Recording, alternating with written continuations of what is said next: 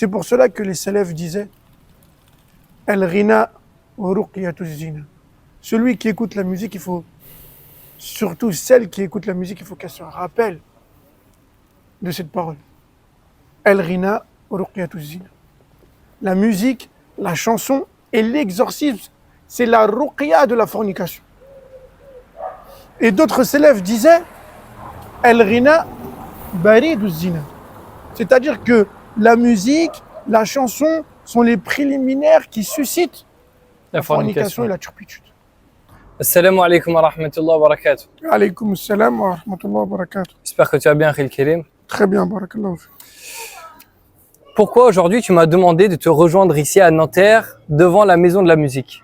Alors le sujet, ça sera de prendre un son de l'été, mes chers frères et sœurs, le décortiquer, faire un décryptage, une analyse, d'accord, mettre le Coran, la Sunna et la parole des salafs en lumière pour faire le contraste sur l'obscurité, les méfaits, la turpitude et le fléau que la musique propose. Très bien. Oui, parce qu'on voit beaucoup ici en France de musulmans et de musulmanes répéter à longueur de journée des paroles qui sont à l'antipode de l'islam. Bien Qui sont très graves. évidemment, bien évidemment. Il faut savoir que la musique en France a été banalisée. Même des musulmans, on se demande s'ils savent que celle-ci, l'écoute de la musique, a un caractère prohibé. Des fois, on se demande même s'ils connaissent la position du Coran et de la Sunna par rapport à la musique, tellement que c'est écouté de manière délibérée et naturelle. Et franchement, lorsque tu mets ton pied en France, tu sors de l'avion, parmi les plus grands fléaux que tu constates pour la Immédiatement. communauté musulmane, c'est El-Rina, c'est la musique. Elle est partout, dans les aéroports, dans les commerces, dans les rues. Il n'y a pas un endroit où il n'y a pas de musique. Donc c'est devenu banal malheureusement, alors que son mot et son danger est très néfaste. Très bien, Khil Kerim. Et comment veux-tu qu'on procède dans cette vidéo pour décrypter, comme tu viens de dire, les méfaits de la musique et ses turpitudes?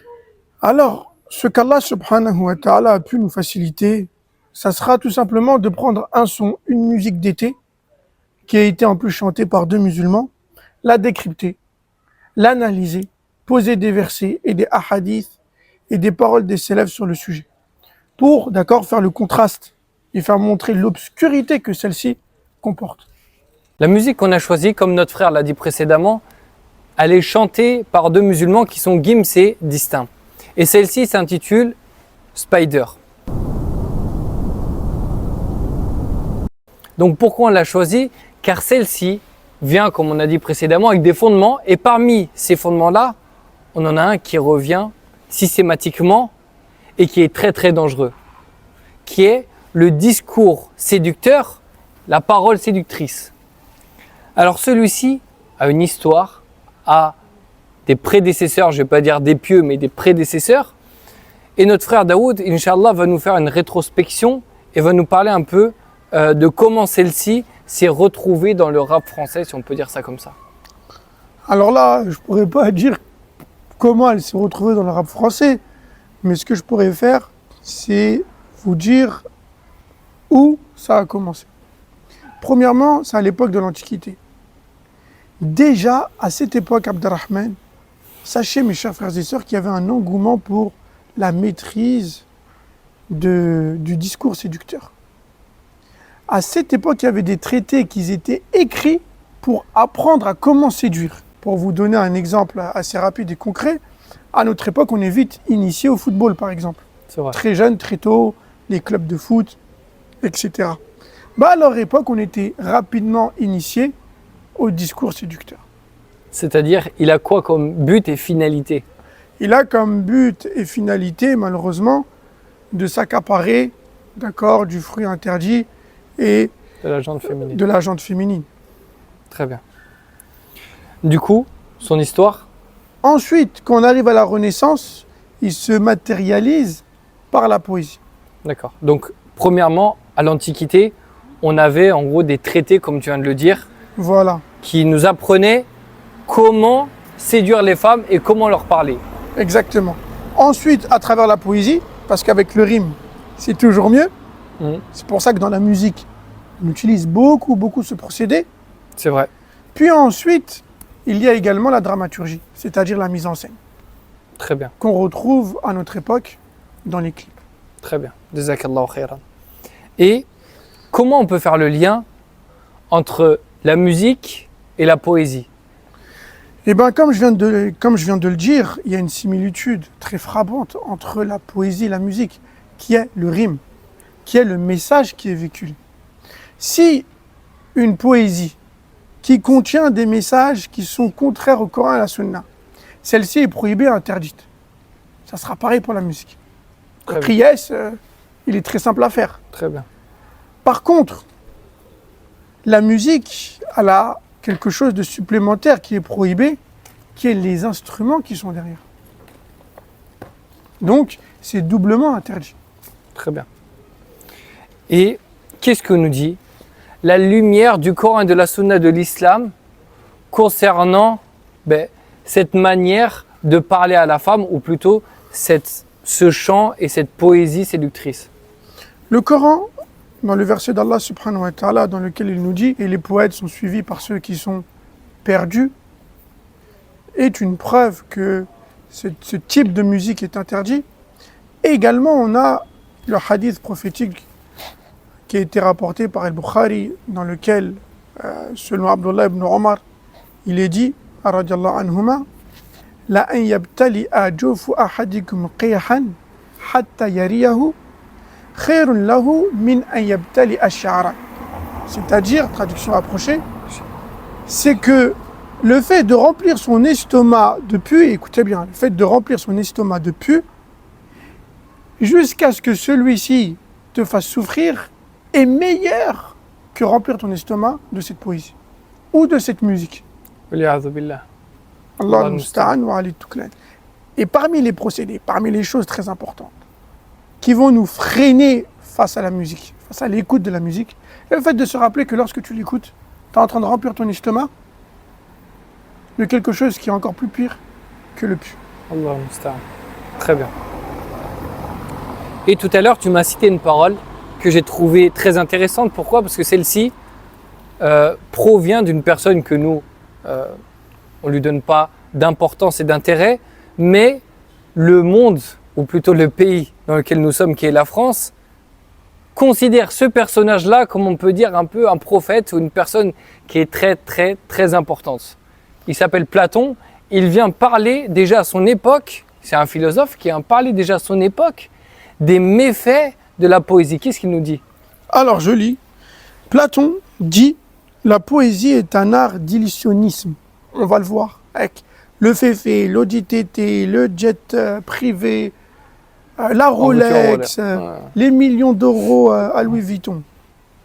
La poésie est un art d'impressionnisme. Et là aussi, on va le voir, à chaque fois ils mettent en avant leurs belles femmes, à chaque fois ils mettent en avant leur fortune, à chaque fois ils mettent en avant leur gamos, à chaque fois ils mettent en avant, d'accord, Qui sont les meilleurs, etc. qui sont les meilleurs, à chaque fois ils mettent le paquet. Ils veulent vraiment, d'accord, épater le public. On vend un idéal dans nos clips, des clichés, avec certains types de femmes, ou certains types d'hommes, certains types de véhicules. À ces deux titres, elle est une force de perversion. À ces deux titres, elle est une force de perversion. Donc Platon, mes chers frères et sœurs, il a compris que la parole, elle pouvait avoir un pouvoir conséquent sur l'âme Et un impact de la personne. directement sur son Et cœur. un impact sur son comportement et ses mœurs. On crée une frustration générale dans la société. On pousse les gens indirectement à devenir un stéréotype. Si celle-ci est mal dirigée, il sait qu'elle va faire des ravages sur celui qui l'écoute. Il est fort possible que Platon n'aurait pas écouté du Game Spider s'il serait là. Tu te rends compte, Platon n'aurait pas écouté du Spider, mais le musulman qui a le Coran et la Sunna l'écoute. Il y a vraiment une remise en question. Également, tout à l'heure, tu m'as parlé d'une personne qui représente un peu, si on peut dire ça comme ça, le discours séducteur. Tu m'as parlé d'une personne qui s'appelle Ovide. Alors, Ovide, il est arrivé 43 ans avant Jésus, d'accord ? environ. En tout cas, il fait partie du 1er siècle. Et il a écrit des livres. C'était un poète, d'accord? Et ce poète, il a écrit comme livre L'art d'aimer. Et vous savez, en 2 tomes, il explique comment un homme doit engager une conversation avec une femme afin d'être sûr d'obtenir ce qu'il veut d'elle. Al-A'udhu billah. Toutes sortes de procédés, toutes sortes de techniques pour, d'accord, s'accaparer de la femme et en faire ce qu'il veut. Voilà, ya billah. Comment tu fais? Il t'explique ça en 2 tomes. Et malheureusement, Gims, Djadjou... Est-ce qu'il y a des gens qui ont déjà eu au moins une fois le cœur brisé ici? Les cœurs brisés, vous êtes là ou pas? J'en fais partie, je suis avec vous. On m'a déjà brisé le cœur aussi.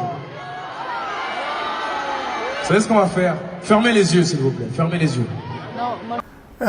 Pour les plus anciens, Singila, Corneille, ils ont suivi la sunna de l'Ovid. Voilà, Et non pas billah. celle du prophète sallallahu alayhi wa sallam. Pas celle du prophète, alayhi sallam. Allah al-Musta'an. Directement, on va reprendre les paroles de Gims et Distin pour mettre de l'éclaircissement, bihaoulillah. Donc il commence en citant des onomatopées, en disant bébé, hé, etc. Et puis il dit ok, hé, bébé. Qu'est-ce qu'on peut en tirer de cette préface et le début de sa chanson? Alors, on en tire le fait qu'il choisit bien ses mots.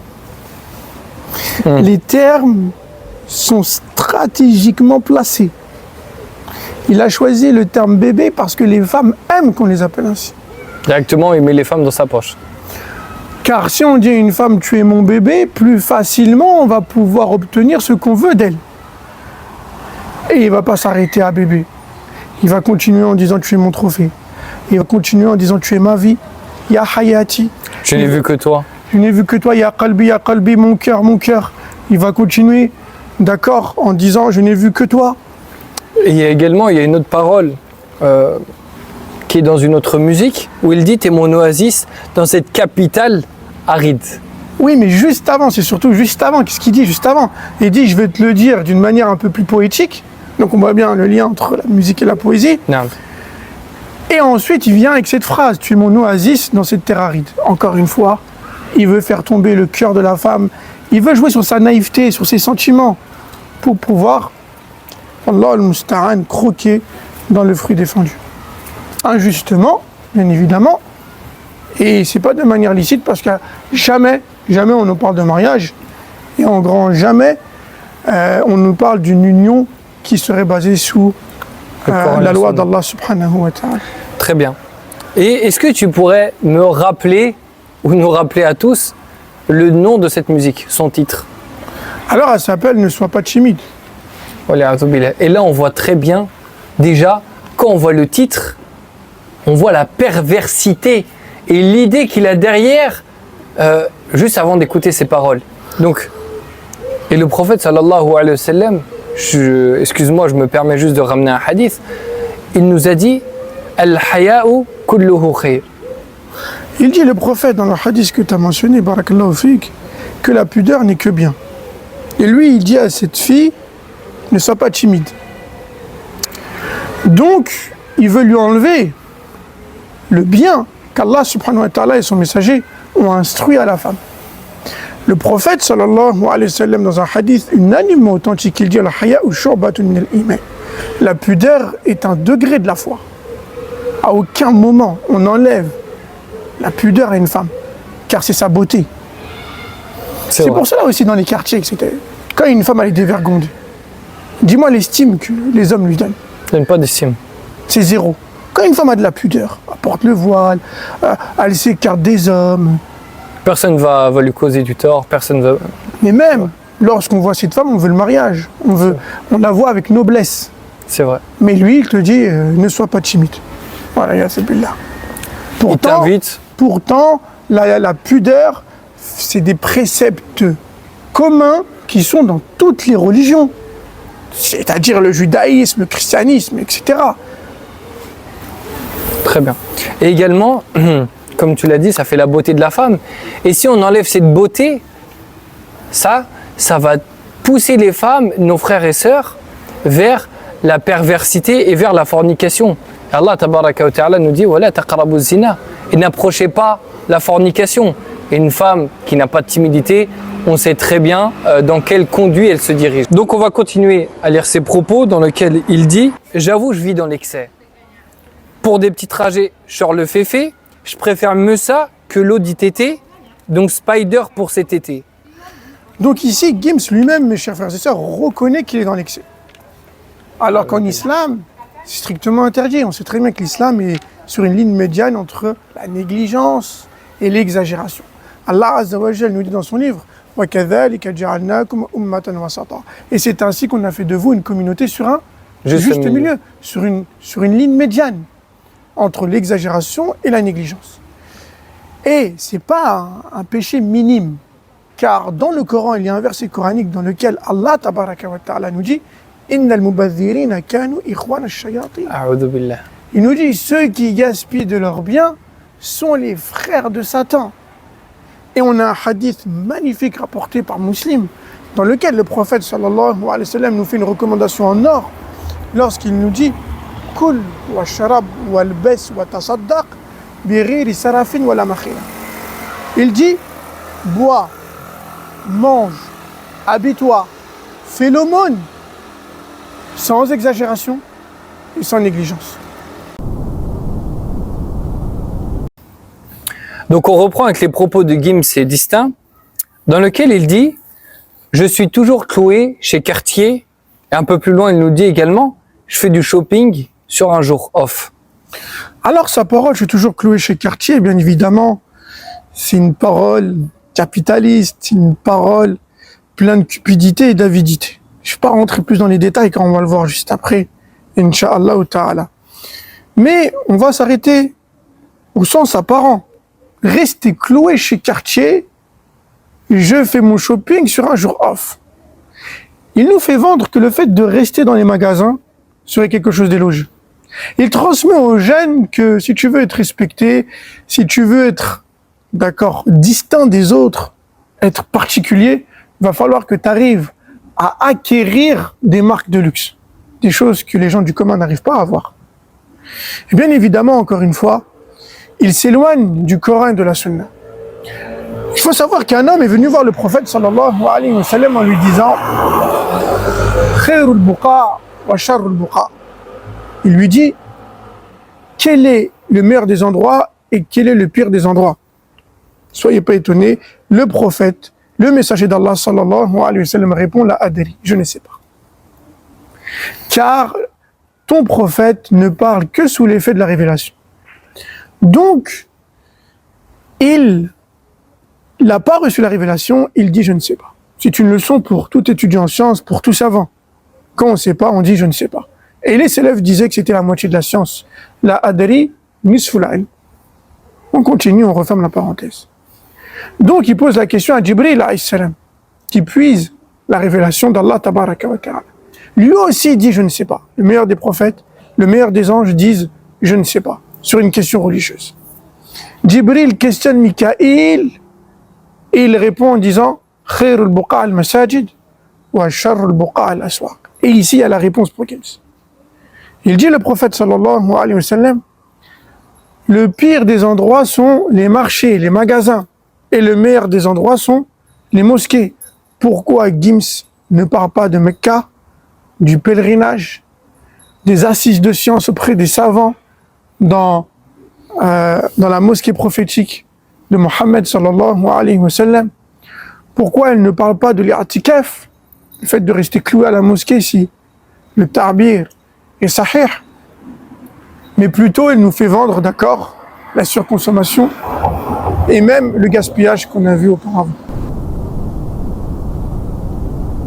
Continue avec les paroles de Gims et de Distinct, où il nous dit sa kelly pour les choquer. Donc on voit bien qu'il est en train de se vanter, encore une fois, comme il disait précédemment, pour des petits trajets sur le féfé. Un peu plus tard, ils vont dire des millions, ils sont choqués. Je claque des milliers chez LV, je suis en classe business, jet privé, etc. qu'est-ce que nous dit le Coran et la Sunna concernant le fait de se vanter de ses biens, de sa propre personne? Allah Azza wa Jalla a interdit cela à travers le Coran et la Sunna de manière claire et stricte. Allah Tabaraka wa Ta'ala a dit dans son livre à titre d'exemple, Inna Allah la yuhibbu kulla mukhtalin fakhur. Il dit qu'Allah Azza wa Jalla n'aime pas al-mukhtal, celui qui flatte sa personne, comme vous allez le voir avec Gims dans quelques secondes. Ça, tu peux avoir que sur les snaps. Jamais t'auras ça. Jamais. Et il dit il n'aime pas al-fakhour, c'est-à-dire celui qui se vante de ses qualités ou de ses biens. Tu penses que t'es le meilleur rappeur français? Oui. De tous les temps? Ouais. Ah, c'est vrai? Ouais. Alors que Gims, en réalité, il n'a même pas la légitimité de se vanter. Pourquoi? Car tout simplement, ces biens, ils sont acquis d'une manière illicite, haram. Et Allah Tabaraka wa Ta'ala nous dit Ya ayyuhallazina amanu la ta'kulu amwalakum bainakum bil batil. C'est-à-dire que lorsque les fans de Gims achètent son album, lorsque lui il prend cet argent, c'est une mauvaise négoce. Car cet argent qui est dépensé pour écouter de la musique, il est haram. Et cet argent qui est acquis à travers la musique, il est lui-même Haram. haram. Et on a fait l'un des plus beaux albums français tous les temps, c'est pour ça qu'on va manger ton argent. Tu as payé pour venir nous voir. Tu as payé ton CD, ton DAD. Donc en réalité, il n'avait même pas à se vanter. Wallah al-musta'an. Wa alayhi tuklan. Allah Azza wa Jal, qu'est-ce qu'il nous dit par rapport au caractère interdit de la musique? Quelle est la preuve? Quelles sont les preuves? Il nous dit dans un verset coranique Wa min al-nasi man yashtari lahu al-hadith li yudilla an sabilillahi bighayri ilm. C'est bien ce qu'on voit. Il dit il y a des gens qui achètent des discours plaisants. Écoutez bien, Allah Azza wa Jalla a dit discours plaisants et qu'est-ce qu'on a dit au tout début de la vidéo? Discours séducteur. Séducteur. Allahu Akbar. Donc, Ibn Mas'ud et Ibn Abbas, lorsqu'ils ont commenté ce verset, ils ont dit al-ghina, la musique. Ils ont dit la chanson, le chant. Wallah al-musta'an wa alayhi tuklan. Et comme on a dit, du coup, ils sont en train de se vanter dans leur musique, alors que l'islam nous a appris quoi? La modestie. Barakallahu fik, la modestie. Le prophète sallallahu alayhi wa sallam nous dit Man tawada'a lillah, rafa'ahu Allah. Il dit celui qui fait preuve de modestie pour Allah, Allah Azza wa Jalla l'élève. Et quoi qu'il arrive, quand tu fais preuve de modestie, les gens ils t'aiment bien.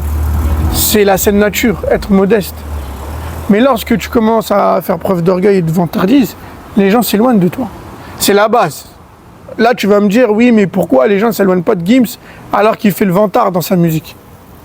Parce que c'est rythmé, parce que c'est ensorcelé, parce que c'est baudré avec, c'est poudré avec la musique. La hawla wa la quwwata. Si par exemple, je te donne un exemple concret, concret à mes chers frères et sœurs. Tous les matins, tu as une personne qui vient te voir et qui te dit, oh moi, je fais des petits trajets, mais je préfère prendre le féfé que l'ODTT. Alors que toi, tu n'as même pas de voiture. Toi, tu gagnes même pas 1500 € par mois et qu'il te dit, moi, c'est des milliers et des millions que je dépense à élever Paname. Franchement, qu'est-ce que tu ressens dans ton cœur? Tu restes avec une personne qui a ce comportement. Bien sûr que non. Mais quand c'est avec la musique, Ça passe mieux. ah, ça passe, ça glisse. Inna min al-bayani la La sihara. Sahara. Très bien. Et également le fait de montrer ses biens, le fait de se vanter, comme on est en train de le dire, ça apporte le mauvais œil. Je suis un Mathieu vu, tu connais, je suis un kéké, t'as capté ou pas? C'est ça. Il s'attire également le mauvais œil pour quelque chose qui est haram en plus de ça. Le prophète sallallahu alayhi wa sallam nous donne un hadith qui ne peut pas rester, qui ne peut pas nous laisser indifférents. Il nous dit Aktharu man yamutu min ummati ba'da qada'illah wa qadarihi bil ayn. Il dit la plus grande cause qui suscite la mort, c'est le mauvais œil. Je ne sais pas si vous vous rendez compte. Allah al-Musta'an. Et comme tu as dit, ces gains-là, c'est des gains qui sont haram. Donc, tu n'es pas légitime au fait de te vanter. Et lui, il s'expose au fait qu'il fait des sadaqat, qu'il fasse des aumônes avec cet argent qui est haram. Il y a un an, vous aviez lancé avec votre femme, Demdem, un appel aux dons pour venir en aide aux migrants. Elle est avec vous dans chacun de vos choix? En tout cas, elle est avec moi dans énormément de choix, surtout quand ça concerne des actions comme ça, humanitaires. Mais est-ce que réellement, quand tu fais cette action-là, tu es récompensé auprès d'Allah tabaraka wa ta'ala? Non, tu n'es pas récompensé, c'est caduc. D'accord? Faire une aumône avec de l'argent qui est haram, ce n'est pas permis. Le prophète sallallahu alayhi wa sallam nous dit Inna Allah tayyib. Parmi les sifas d'Allah tabaraka wa ta'ala, c'est qu'il est bon. Wa la yaqbalu illa tayyiba. Et qui l'accepte uniquement ce qui est bon.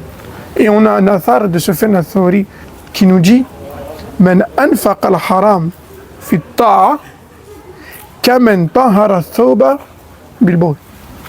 Il nous dit celui qui dépense de quelque chose qui est haram dans l'obéissance, dans le bien, il est à l'image de celui qui veut purifier son vêtement avec de l'urine.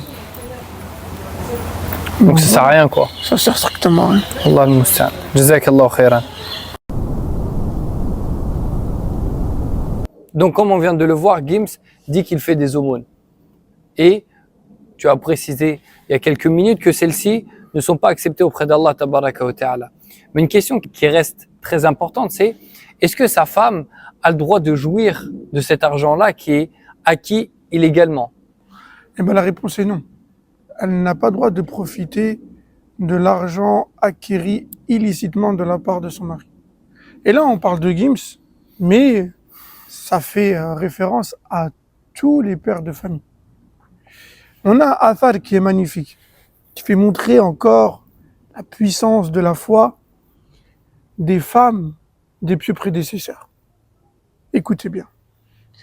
Elles avaient pour habitude, lorsque leur mari quittait la maison pour gagner leur vie et ramener la subsistance dans le foyer, de donner un conseil ou un avertissement plutôt. Elles disaient à leur mari Iyaka wa kasb al-haram. Elle disait fais attention à ne pas acquérir tes biens de manière illicite. Et vous saviez qu'est-ce qu'elle disait juste après? Elle disait fa inna nasbiru ala al-ju' wa ad-dar. Nous, on va pouvoir patienter contre les difficultés et la faim. Mais par contre, la nasbiru ala an-nar. Mais on ne pourra pas patienter contre le feu. Donc le conseil qu'on donne à Gims, c'est d'arrêter. C'est d'arrêter. Que ça soit pour lui en premier, ou que ça soit pour sa famille. Ya ayyuhallazina amanu, qu anfusakum wa ahlikum naran, wa quduha an-nas wal hijara. Donc comme on l'a vu précédemment, Gims nous appelle toujours à la surconsommation, à en avoir plus, à regarder les autres, le Ferrari, le jet privé, le million, dépenser des milliers à Louis Vuitton.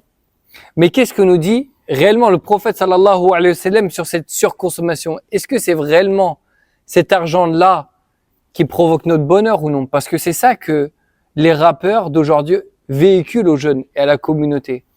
Bien évidemment que non. La réponse, elle est devant nos yeux, même si beaucoup d'entre nous, portés par les vagues et les tempêtes du capitalisme, pensera toujours que l'argent fera son bonheur quelque part. Alors que si on est terre à terre, si on est franc avec nous-mêmes, on verra clairement, mes chers frères et sœurs, que le bonheur n'est pas dans l'argent. Combien sont les stars? Je prends juste à l'exemple Johnny Hallyday. Il était riche, plus que riche. Pourtant, il était drogué et alcoolique. Est-ce que tu sais les souffrances que tu endures lorsque tu es drogué et alcoolique pendant 30 ans, 40 ans ou 50 ans? Je peux te le dire, hein, le fait qu'Allah tabaraka wa ta'ala t'épargne de ces maladies, ça vaut des milliards d'euros et ça n'a même pas de prix. Sans doute que Johnny Hallyday il aurait voulu avoir la place de quelqu'un qui n'était pas malade et qu'il aurait échangé tous ses biens. Cette peur de se retrouver tout seul, une terrifiante phobie. Johnny parlait de cette angoisse qui le saisissait à la sortie des concerts quand il se retrouvait face à lui-même dans une chambre d'hôtel. Il y aura la drogue aussi, la cocaïne des années 80-90. Il avait confessé cette addiction, la tourmente qu'il endurait. Il faut que j'aille mal pour savoir que je pourrais aller bien, disait-il. J'ai besoin d'être au fond du trou pour remonter. Johnny et ses démons, le doute, la dépression, les idées suicidaires, tout sauf un homme tranquille. Combien sont les grandes stars qui se sont suicidées? Combien sont les grandes stars américaines qui n'arrêtent pas de se piquer du matin au soir? Pourtant, ils ont l'argent. Et au jour d'aujourd'hui, on habite en France, dans une société qui est plutôt riche, où les gens sont plutôt aisés. On est au mois d'août et je vous le dis, on voit personne dans les rues. Ils sont tous en vacances.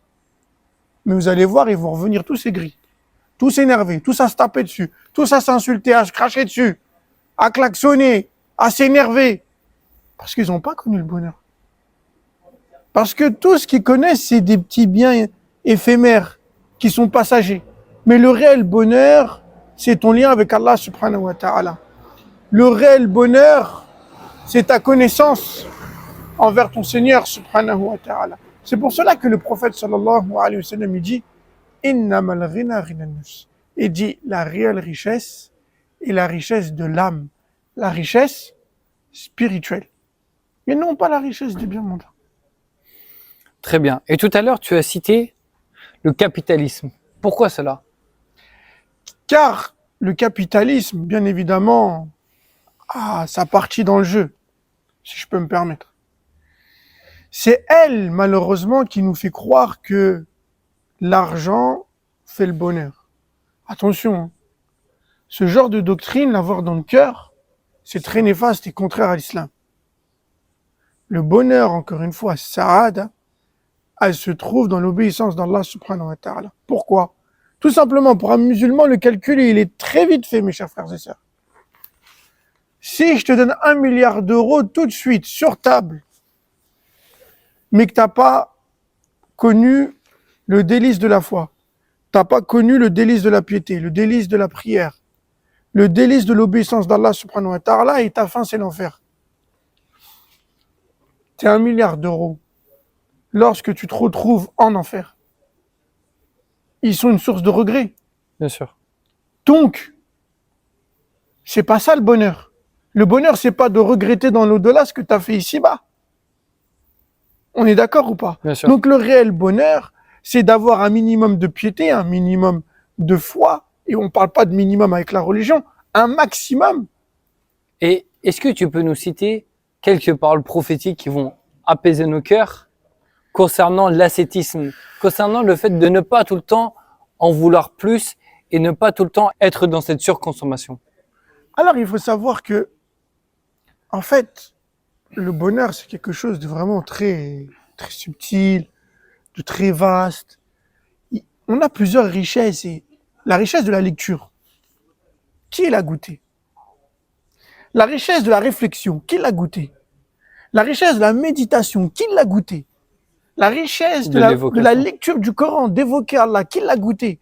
La richesse de prier, se sentir à proximité d'Allah subhanahu wa ta'ala, qui l'a goûté? Ça, c'est des réelles richesses. Le prophète sallallahu alayhi wa sallam, il nous dit « Izhad fi dunya yuhibbak Allah ». Il nous dit « Retire-toi de ce bas monde et Allah azza wa jal t'aimera. Wazhad fi ma inda an-nas yuhibbak an-nas ». Et délaisse ce qu'il y a entre les mains des gens et les gens t'aimeront. Donc on voit bien que le fait de courir vers les biens, c'est pas cette chose-là qui va t'emmener forcément à l'amour d'Allah subhanahu wa ta'ala. Bien au contraire, le prophète alayhi salam, il te dit retire-toi, mets-toi à l'écart. Ça veut pas dire ne fais pas de l'argent, ça veut pas dire ne gagne pas ta vie dignement, mais ça veut dire sois modéré. Que cet argent-là ne soit pas au plus profond de ton cœur. Exactement. Et là, je viens un récit, une histoire à vous raconter ensuite, qui est très belle. C'est pour cela que Al-Hukama, il disait Al-Qana'atu malun la yanfadu. Il disait le contentement est un bien inépuisable. Dis ça à ta femme quand elle en demande trop. Le contentement est un bien inépuisable. Quand tu as appris à te contenter, quand tu es content d'avoir peu, n'est-ce pas la plus grande des richesses? Bien sûr. Alors que tu vois le riche, il est dans sa Toyota, sa dernière Toyota, après il est dans sa dernière Renault, après il est dans son Féfé, après il est dans son Audi TT, mais jamais content. Toujours à rouspéter. C'est ça le bonheur? Bien sûr que non. Donc on voit bien que c'est relatif et qu'il faut surtout arrêter de prendre cette dunya trop au sérieux. Parce que c'est ça le problème d'aujourd'hui. Alors Wallah. qu'elle est maudite. Adem Wajid, barakallahu fik, le hadith du prophète, ad-dunya mal'ouna, mal'ouna ma fiha. Ensuite, qu'est-ce qu'il dit? Il a dhikrallah, uniquement le rappel d'Allah, un savant ou quelqu'un qui apprend. On est où par rapport à ce hadith? Est-ce que déjà on le comprend même? Est-ce qu'on le connaît déjà? Est-ce que déjà on arrive à le concevoir avec ce monde capitaliste, cupide, avide, prêt à tuer, d'accord, pour gagner un peu plus? Aujourd'hui, les gens se suicident. On crée une frustration générale dans la société. On pousse les gens indirectement à devenir un stéréotype. Il y a quelques semaines, quelqu'un devait 80 € à un autre, il arrive, il l'a tué. Allah al-musta'an. Pour 80 €. Mais ça, tout ça, je répète, c'est le capitalisme qui gangrène malheureusement ce comportement. Parce qu'il te fait croire que si tu n'as pas d'argent, tu risques d'être pauvre. Et si tu risques d'être pauvre, tu risques d'être dans la rue. Et quand tu seras dans la rue, tu risques de ceci. Il te fait vraiment très très peur par rapport au manque de biens. Donc tu fais tout pour en avoir. Et là, tu dépasses les limites. Tu dépasses même le cadre religieux.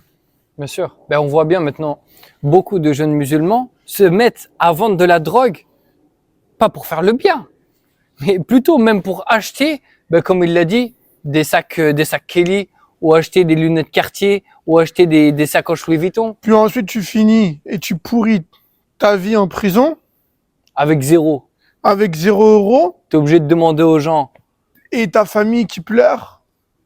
Allah al-musta'an. L'histoire que je voulais vous raconter et qui est très significative par rapport au sujet dont on parle, l'argent, le capitalisme, le contentement.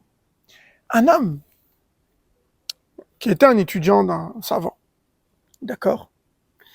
Et ce jeune étudiant devait aller faire le pèlerinage. Donc il se met en route. Mais son savant, son cheikh, il lui dit, lorsque tu vas aller au pèlerinage, tu vas passer par telle ville, et à telle ville, il y a un homme qui s'appelle ainsi et ainsi.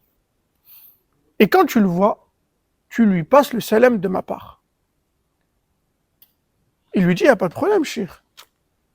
Il va dans cette ville, il trouve cet homme, et il lui dit, mon cheikh, il te passe le salam. Alors, qu'est-ce qu'il dit cet homme? Qu'est-ce qu'il lui répond? Il dit, moi j'ai un message à transmettre à ton cheikh quand tu repars. Il lui dit, c'est lequel? Il n'y a aucun problème. Il lui dit, mon message sera jusqu'à quand l'amour de ce bas monde sera encore dans son cœur. Pourquoi il lui dit ça? Tu vas comprendre. Et il lui dit ça parce que, et en plus son cheikh, c'est quelqu'un qui est pauvre. J'avais oublié de vous dire. C'est quelqu'un qui vit de quelques poissons, qui n'a pas beaucoup de biens. Par contre, cet homme qu'il est parti voir, quand il est rentré chez lui, il a vu un palais. Il a vu des servants. Il lui a dit, tu restes chez moi quelque temps, une nuit ou deux, avant de repartir. Et quand ce jeune étudiant, il a entendu cette parole, il a dit, mais pourquoi il dit ça à mon cher? Alors que lui, il est dans la dunya. Il a trouvé ça super étrange. Il fait son pèlerinage, il retourne dans sa ville natale et voir son cher. Et son cher, il lui dit, t'as passé le salam à l'homme que je t'ai demandé? Il lui dit oui. Il lui dit, il t'a dit quelque chose ou pas? Et l'étudiant était gêné, il n'a pas voulu lui dire ce qu'il a dit. Il a dit, il t'a dit quelque chose ou pas? Dis-moi. Il a dit oui, il a dit quelque chose. Il a dit, quand est-ce que l'amour de la dunya va partir de votre cœur? Et là, le cheikh, il dit, il a raison. La dunya est dans notre cœur, c'est pour ça que dans nos mains, on n'a rien. Par contre, lui, la dunya, il l'a enlevé de son cœur et Allah Azza wa Jalla l'a mis entre ses mains. C'est pour cela qu'on demande à Allah Tabaraka wa Ta'ala an yaj'ala ad-dunya fi aydina wa la fi qulubina. Allahumma amin. Allahumma amin, barakallahu fik. Est-ce que tu peux nous citer, Barakallahu Fik, la parole de Ibn al-Qayyim al-Jawzi qui ramène dans Talbis Iblis? Alors, dans Talbis Iblis, Ibn al-Jawzi dit une parole qui devrait faire réfléchir Gims et tous ses compatriotes. Il y a des gens qui ont des paroles d'espoir et de convoitise, mais sans avertissement et prévention. Donc, ils augmentent et excitent les gens à la désobéissance, puis ils renforcent son message en parlant des matériels mondains, tels que les voitures et les habits de luxe. Conséquence, les cœurs se pervertissent avec ses dires et ses actes. Salam alaikum wa rahmatullahi wa barakatuh. Alaykoum salam wa rahmatullahi wa barakatuh. J'espère que tu vas bien, Akhil Karim. Ça va très bien, merci. Du coup, on va continuer aujourd'hui, bihaoulillah, à faire l'analyse des propos de Gims et de Distin. Donc, on reprend directement leurs paroles en disant « Concert complet à Düsseldorf ». Il continue en disant « Et je suis vêtu comme Musan et mystérieux comme Oda ». Alors, Düsseldorf est une ville à l'ouest de l'Allemagne qui est connue pour la mode et l'artisanat. D'accord. Pourquoi je dis ça? La mode, vous allez voir, parce qu'il dit vêtu comme Musan et on va en parler juste après. Très bien. Alors, lorsqu'on revient sur les propos de Gims, notre frère, il dit concert complet à Düsseldorf. Il faut surtout pas qu'on oublie qu'il y a un jour qui s'appelle le jour du rassemblement, Yom al-Hashr, qui s'appelle également le jour de la résurrection, et que personne manquera à l'appel. Allah tabaraka wa ta'ala a fait cette promesse dans son livre à plusieurs reprises. Il dit également, dans l'un des versets, Allahu la ilaha illahu la yajma'annakum. Et toute personne qui a un petit peu d'arabe, il voit très bien à tawkidat, c'est-à-dire les affirmations qu'il y a dans ce terme.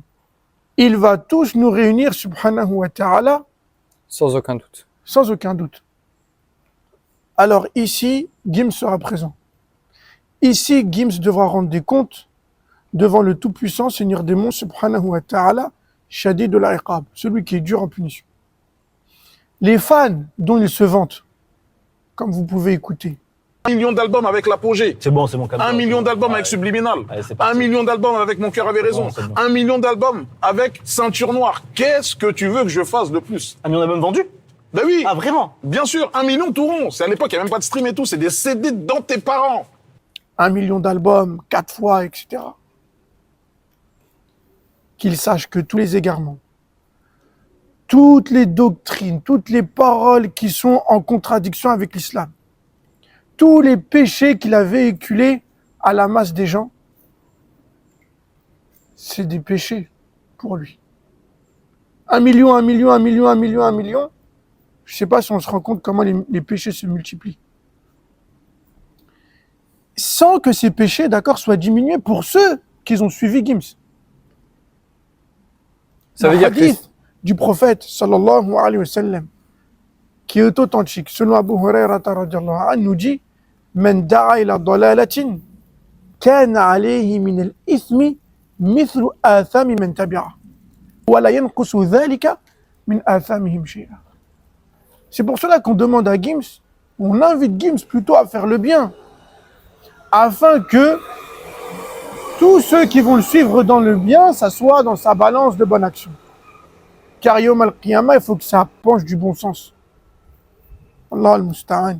Wa alayhi tuklan. Donc si on comprend bien, pour donner un exemple, c'est que si tu appelles les gens, par exemple, à boire de l'alcool, après celui-ci boit de l'alcool, tu auras le même péché que celui qui le boit. Exactement. Sans que celui qui l'ait bu, son péché soit enlevé. La hawla wa la quwwata illa billah. Barakallahu fik pour l'éclaircissement. On continue avec sa parole, quand il nous dit « Et je suis vêtu comme Musan Je suis vêtu comme Musan. Alors Musan est un personnage de manga, science-fiction, je ne sais plus comment ça s'appelle exactement. Là où j'ai été vraiment choqué, déçu, heurté, hein, vraiment, qu'un musulman puisse s'apparenter à ce genre de personnage. À quoi il fait référence? Il faut savoir que Musan est un personnage de manga et qu'il est le roi des démons. billah. C'est quelqu'un d'intrépide, quelqu'un de très méchant, qui assassine sans aucun cœur, sans aucun sentiment.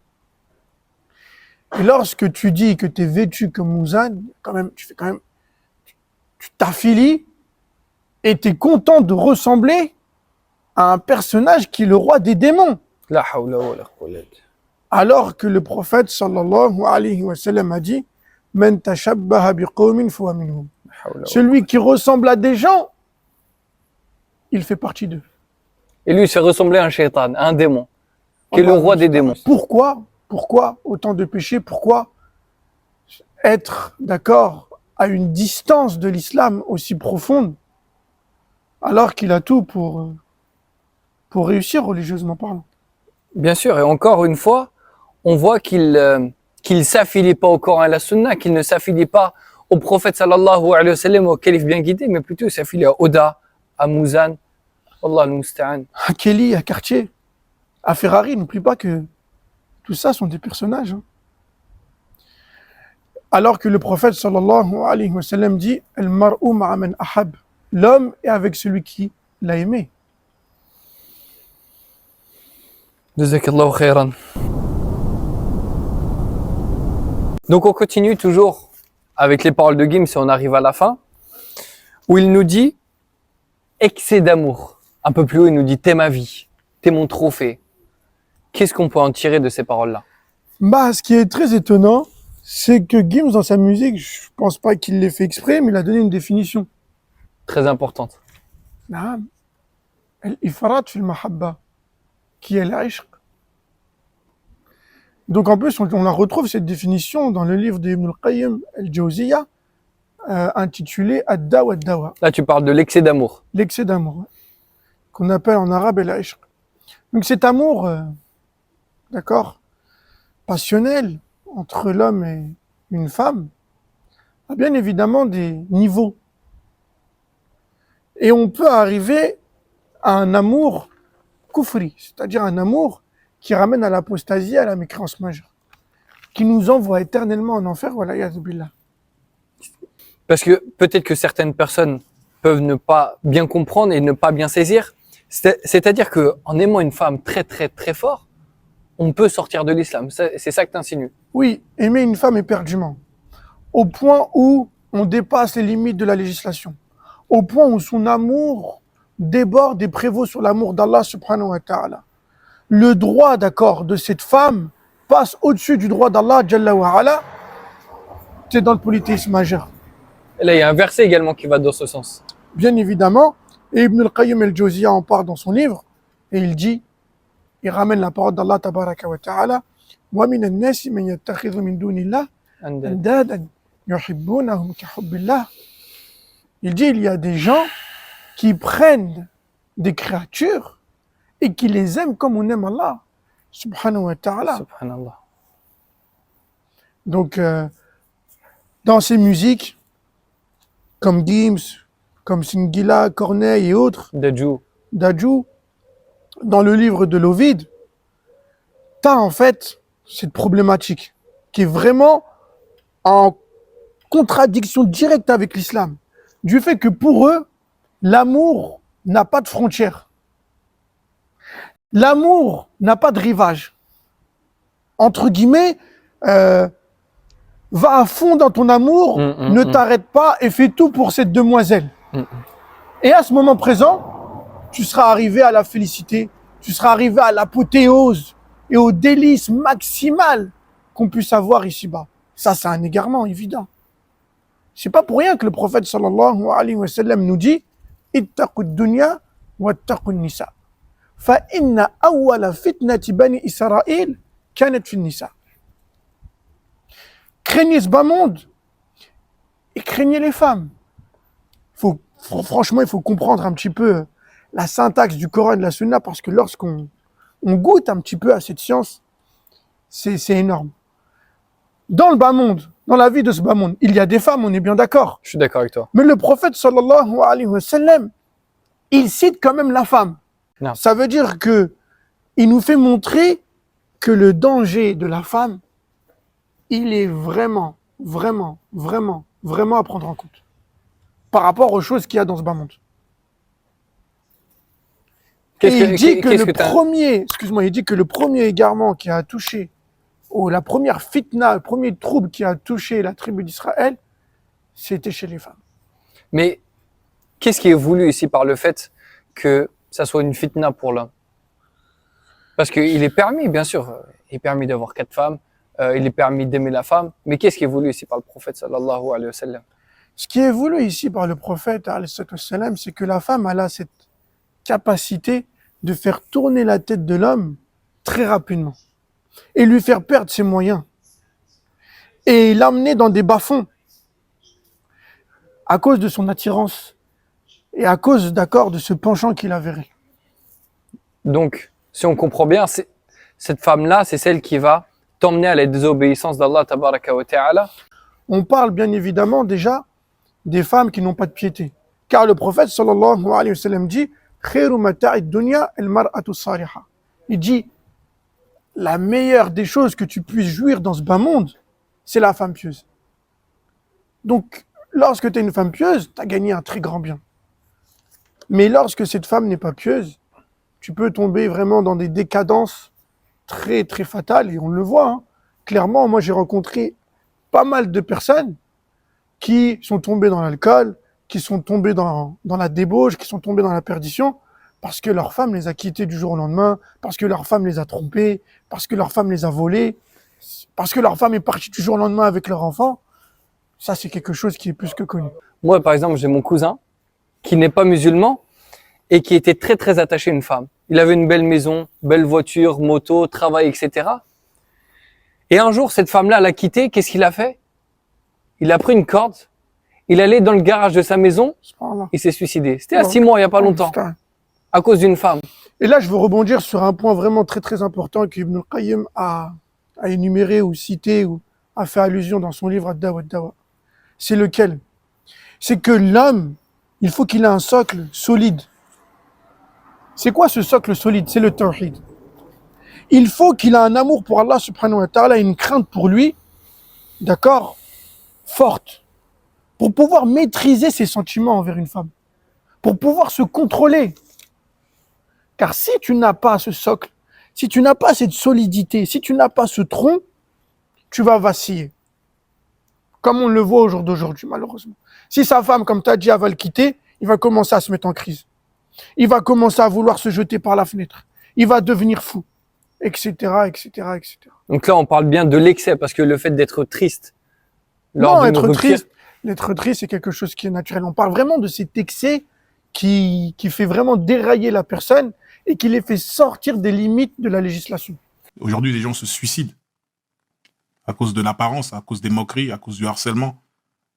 On vend un idéal dans nos clips, des clichés, avec certains types de femmes ou certains types d'hommes, certains types de véhicules. On crée une frustration générale dans la société. Donc on continue avec l'analyse des propos de Distinct, du sens où il dit « Maman posée en Rolex ». Qu'est-ce qu'il veut par là? C'est quoi sa finalité? C'est quoi son but? Alors ici, on va commencer un petit peu à monter le ton parce que c'est vraiment très horrible ce qui se passe dans ces genres de musique. Premièrement, pourquoi il dit « Maman » ? Tout simplement pour attirer une certaine clientèle, pour viser un certain public, qui sont les musulmans, qui sont les jeunes musulmans et musulmanes des quartiers. Pire encore, par Allah qui se servent de la religion. Peut-être tu vas pas me comprendre pourquoi je suis en train de dire ça. Parce qu'ils savent très bien que dans la culture et dans la religiosité de ces jeunes, il y a le fait de prendre soin de sa mère. Les jeunes, peut-être, ils connaissent pas très bien les textes religieux par cœur, mais ils ont eu ce précepte islamique. On leur a véhiculé et enseigné. Donc, quand tu chantes et que tu dis « je pose ma main en Rolex », forcément, tu les touches. Forcément, tu joues avec leurs sentiments. Moi, je veux bien mettre ma mère. Tu vois, ma mère, elle a trimé dans sa vie. Ma mère, elle a beaucoup travaillé. Ma mère, elle a souffert. Ma mère, elle a mal au dos. Elle mérite autre chose.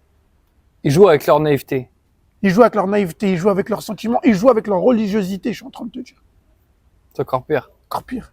Car le prophète, sallallahu alayhi wa sallam, a dit « Ridallahi fi rida al-walidayn wa sakhat Allahi fi sakhat al-walidayn » Et beaucoup, il y a ce texte, je ne sais pas s'il est authentique ou pas, mais qui est dans la bouche des gens de la masse, qui est le paradis, il est sous les pieds de ta mère ou quelque chose comme ça.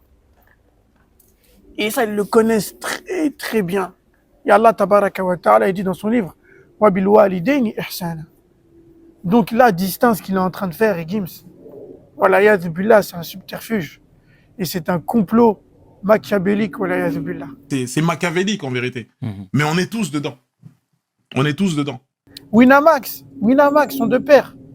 Winamax, par exemple, ils mettent quoi comme titre? Tout pour la daronne. Pourquoi le mot daronne? Pour cibler les jeunes de quartier. Parce que c'est comme ça qu'ils appellent leur mère. Tout pour la daronne. En fait, fais des paris sportifs, gagne aux paris sportifs, comme ça tu mettras bien ta mère. Tu prendras que des péchés. Si ton argent il sera haram, et à fortiori tu gagneras rien du tout, tu seras plus en perte. Plus dans le match avec Parions Sport. Téléchargez l'appli Parions Sport, désormais disponible sur Google Play. Parions Sport, partenaire officiel de la Ligue 1 Conforama. Comme tu viens de le dire précédemment, ils essaient de nous mettre sur un bateau qui nous dirige directement vers l'enfer. Qu'est-ce qu'il dit dans la vidéo? Ne la ramène pas à la cité, elle va chambouler le rinté. La cité, c'est exactement ce qu'on a dit précédemment. Ils font plus partie des cités, ces personnes-là. Ils sont dans les grands palaces. Ils font plus partie de nous. Ils ont même oublié ce que c'était la cité en vérité. Le quartier, la délinquance. Et là, il dit quelque chose qui est vraiment très grave, chambouler le rinté. Donc à chaque fois, il faut qu'il se fasse passer pour Pablo Escobar, pour des dealers de drogue, d'accord? Parce que maintenant, l'image du dealer de drogue, du délinquant, du grand voyou, c'est l'image du chevalier d'avant. C'est pour ça que beaucoup de sœurs, malheureusement musulmanes, va virer vers ce genre de personnages, même si c'est pas des dealers, mais qui ressemblent à des dealers. Qui s'apparentent. Qu'ils ont la tenue vestimentaire des dealers. Qu'ils ont l'éthique, qu'ils ont le vocabulaire, etc. des dealers, malheureusement. Et là, il dit chambouler le rinté. Entre guillemets, il utilise le verlan. On parle de terrain, on ne parle pas de terrain de basket, ni de terrain de football, ni de terrain de tennis. Ni de terrain vague. Ni de terrain vague. On parle de terrain de drogue. En islam, la drogue, c'est strictement interdit. Il faut savoir qu'en islam, la drogue, le shit, la cocaïne, le cannabis, c'est sous le même registre, ou pire encore, que l'alcool. Car les deux, c'est du khamr. L'étymologie et la sémantique du mot, c'est le ra, d'accord? Le mime et le ra. Et ce terme en arabe, mes chers frères et sœurs, signifie le fait de couvrir, d'accord? Ou de recouvrir l'intellect, le cerveau de la personne. Et en islam, on a des principes de base qui sont ad-daruriyat al-khams. Et parmi ad-daruriyat al-khams, on a l'aql, le fait de préserver la raison de l'homme. Les savants, ils ont tous dit que le fait de s'adonner à ce genre de fumette vient bien évidemment pervertir ta fikra, ta manière de penser et de réfléchir.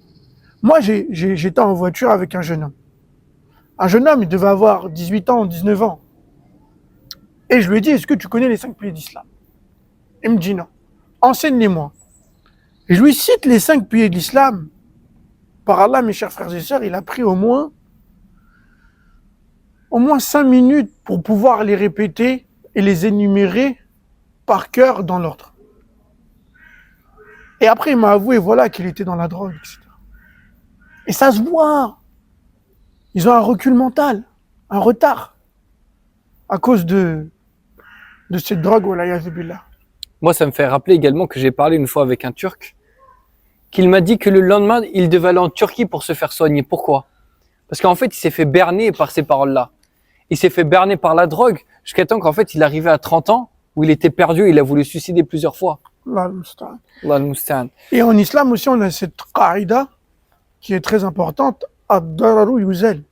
L'islam n'accepte pas que l'homme, que le musulman, avec un grand M, consomme des choses qui vont être néfastes pour sa santé. Donc on va finir, Inch'Allah, cette vidéo et cette analyse avec un hadith prophétique qui est merveilleux que notre grand frère Daoud, Inch'Allah, va nous expliquer. Alors, il a été rapporté par le prophète sallallahu alayhi wa sallam selon Abu Malik al-Ash'ari dans un hadith qu'on retrouve dans le recueil de Al-Bukhari, si je ne me trompe pas, dans lequel le prophète sallallahu alayhi wa sallam dit Sallallahu alayhi wa sallam. La yakunanna aqwamun min ummati yastahilluna al-hira. Il dit, et il vient prophétiser le prophète sallallahu alayhi wa sallam. Il vient prédire, excusez-moi, en disant que dans sa communauté viendra les choses qui vont suivre. Il dit qu'il y aura des gens qui vont rendre licite la fornication. Au jour d'aujourd'hui, forniquer, c'est seulement avoir une petite amie. Aucun mal, au contraire, on se vante même de la fornication, wala'iyadhu billah. Ensuite, il dit, ils vont même rendre licite les abus de soie pour les hommes. Et ils vont rendre licite el-khamr. Et là, on parle aussi de La drogue. Et pour finir, ils vont rendre licite el-marazif, c'est-à-dire Les instruments de musique. les instruments de musique. Et je ne sais pas, vous voyez le point commun très fort qu'il y a entre ces éléments qui sont cités par le prophète sallallahu alayhi wa sallam. C'est vrai. Lorsque quelqu'un va en boîte de nuit, wala'iyadhu billah, il retrouve la musique. Quand il retrouve la musique, forcément, il retrouve l'alcool et la drogue. Et une fois qu'il retrouve l'alcool et la drogue, il trouve la fornication. Et il trouve les abus illicites. C'est vrai. Allah al-musta'an wa alayhi tuklan. Également, dans cette boîte de nuit, on peut retrouver toutes sortes de musiques qui sont une représentation de la fornication. Comme le zouk, le dancehall. Bien évidemment, lorsqu'on prend du recul, on éteint la musique et qu'on regarde le zouk, par exemple, qu'on regarde le guara-guara, qu'on regarde le kuduro, qu'on regarde le coupé-décalé, La hawla wa la quwwata illa billah. c'est des simulations de la fornication. C'est une représentation de la zina wa l'ayadhu billah. C'est pour cela que les salafs disaient El-rina wa ruqyatu zina. Celui qui écoute la musique, il faut, surtout celle qui écoute la musique, il faut qu'elle se rappelle de cette parole. El-rina wa ruqyatu zina. La musique, la chanson et l'exorcisme, c'est la ruqya de la fornication. Et d'autres salafs disaient El-rina baridu zina. C'est-à-dire que la musique, la chanson sont les préliminaires qui suscitent la fornication et la turpitude. Bien évidemment, lorsque tu prends des musiques un peu dancehall, etc., comme le zouk, comme le guara-guara, comme la samba, ça fait trémousser le bassin de la personne, le bas du corps de la personne. On voit même des danses en réalité qui mettent en avant le sexe, wala'iyadhu billah. Et on voit clairement que c'est un appel direct à la fornication. Il faut se frotter, il faut se toucher, il faut se coller. Ils appellent ça le collet serré, etc. Et maintenant, en plus, ce ne sont plus seulement les femmes qui vont bouger leurs hanches, mais c'est également les hommes. Et c'est pour cela que lorsqu'on regarde Gims attentivement et qu'on le voit dans sa musique, Ne sois pas timide par exemple, danser, se trémousser, etc., franchement, on se demande si c'est une femme ou un homme. Voilà, ya billah. Le prophète sallallahu alayhi wa sallam a dit La'an Allahu al-mutashabbihina min ar-rijal bin nisa. Il dit qu'Allah azza wa jal maudisse les hommes qui ressemblent aux femmes. C'est pas que dans la vestimentation, c'est aussi dans la gestuelle. Et dans cette chorégraphie qui a été répétée par des milliers de musulmans par rapport à la musique Spider, là, le musta'an, il y en a, t'avais l'impression que c'était des femmes qui dansaient. Le déhanché, le décalé, Allah al-musta'an wa alayhi tuklan. Ça affaiblit la force de l'homme, ça bien évidemment entraîne la femme dans la fornication et perd sa chasteté. Allah al-musta'an. Et le problème ici, c'est que quand tu vas vouloir parler à un rappeur ou toutes ces personnes qui appellent à ces danses-là, ils vont te dire, mais nous, ce qu'on veut, c'est seulement le bien de la communauté, le bien des gens et les divertir, Les distraire, leur donner un peu de bonheur dans cette vie qui est dure. Comment on peut leur répondre? Moi, j'ai décidé de faire de la musique où je véhicule des messages, des émotions, etc. Je divertis, je distrais les gens. Il y a des gens qui écoutent ma musique, ils écoutent même pas les paroles. Ils veulent juste danser, s'amuser, c'est tout. Ils te disent, moi, je veux juste que les gens ils s'enjaillent, qu'ils passent un bon moment. C'est ça. Franchement, je vais pas faire un grand discours pour répondre à ta question. Il y a un verset qu'on va rien y rajouter et rien y diminuer et qui va répondre littéralement et correctement et de la meilleure des manières à cette question. Lorsqu'Allah subhanahu wa ta'ala nous dit وَإِذَا قِيلَ لَهُمْ لَا تُفْسِدُوا فِي الْأَرْضِ قَالُوا إِنَّمَا نَحْنُ مُصْلِحُونَ. Et lorsqu'on leur dit arrêtez de semer la corruption sur terre, arrêtez de chantonner et de ramener vos musiques perverses, ils te disent mais non, on fait rien de mal. On veut juste passer un bon moment. On est des réformateurs. Ala innahum humul mufsidun. N'est-ce pas eux les réels corrupteurs? Voilà qu'ils la yash'urun. Mais ils ne le savent même pas. C'est bien clair, frérot. Et tu sais, j'ai l'impression que, et depuis toujours même, tu jongles entre les deux tableaux. Tu vois, c'est ce que H Magnum me disait en parlant de votre clique. Hein. Tu vois, il y a vraiment ce côté spirituel, mais à côté, il y a votre passion musicale, hein, tout Bien simplement. sûr, on est toujours entre ces deux mondes. C'est vrai, ça. On s'est promis de rester comme ça, qu'il fallait qu'on garde, qu'il fallait qu'on soit dans cette contradiction. C'est la seule façon de survivre au showbiz. Ouais. C'est être dans la contradiction.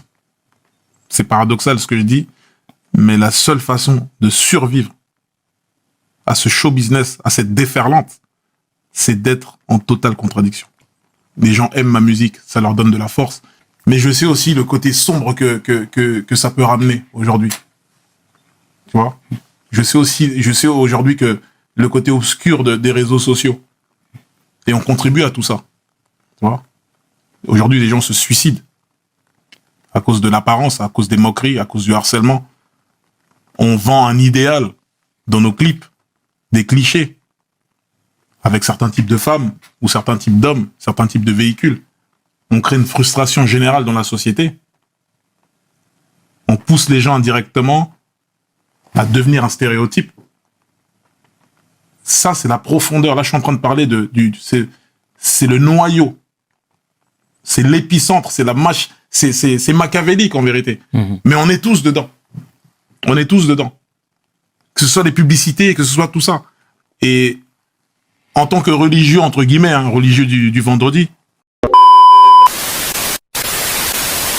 لماذا تشغل بأمثال هذه الألاعيب التي هي بالصبيان أليق؟ لماذا لا تكون رجلا مسلما بصدق وحق؟ ما الذي يمنعك؟ وما الذي يعجزك؟ لما لا تتوب إلى الله؟ ولما لا ترجع إليه؟ ولما لا تتبع رسول الله وتخلص في المتابعة له؟ قعدت بك شقوتك؟ استعذ بالله ربك. On se doit de savoir ça quand même. Que il n'y a pas que du bien finalement qui peut découler de tout ça, de toute cette vantardise, de toute cette exposition, de toute cette fanfaronnerie. Ouais. Parce que oui, il faut le dire, on fanfaronne, on montrer des belles voitures, des jets privés, des machins.